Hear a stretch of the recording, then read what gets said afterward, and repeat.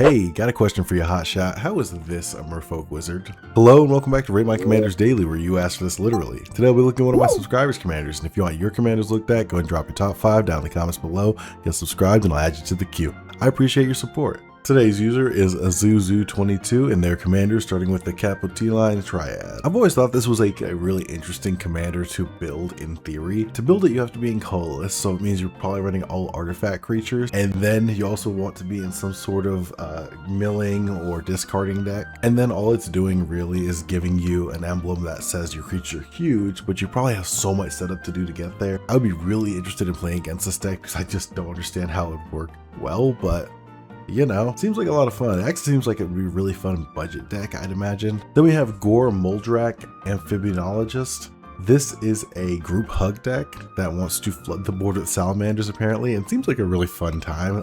Again, I've said this in almost every video now. I like decks that directly interact with your opponents, and this one does, and I think it's really cool. Then we got Herska Sweet Tooth. This is a food deck, go figure.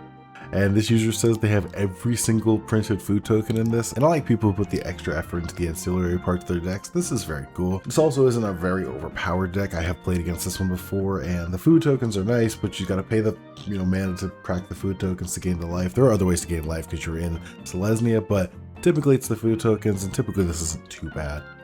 I dig this one. I'd sit down and play against this. Now we're getting to a more contentious commander. This is Lord Windgrace. It's lands matter. It's also graveyards matter. Do not like seeing this deck. I usually like seeing classic decks or older decks being represented, but man, Lord Windgrace is just very, very solitaire. This user said they built it because the secret looks like their cat, and hey, you know what? More power to you. I ain't mad at you for that. I love cats. Finally, we've got Thrasios and Yoshimaru. This is a CDH deck.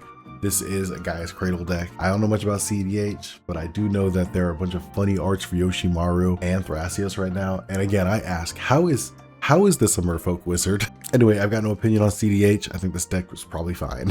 All right, Azuzu, I've looked at your commanders. I've got some notes. I think the Capoteline Triad sounds interesting, if not probably underpowered. I think Gore Muldrak seems very interesting. Herska seems absolutely fine to play against, not super overpowered at all. Lord Windgrace at this point honestly bores me. I've played against it a lot. In Thrasios, Yoshimaru is a CDH deck. I have no opinion on that. I can't add it to your grade.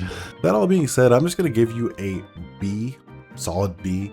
I like it a lot. I don't know how to rate CDH decks. It's just not my forte. I don't play the format, and it is basically a different format. All your decks seem like a lot of fun, with the exception of Lord Windgrace, just not my jam, but I would absolutely sit down and play a game against you anytime. If anyone else out there wants their decks looked at, go and drop your top 5 down in the comments below, get subscribed, and have a fantastic day, y'all.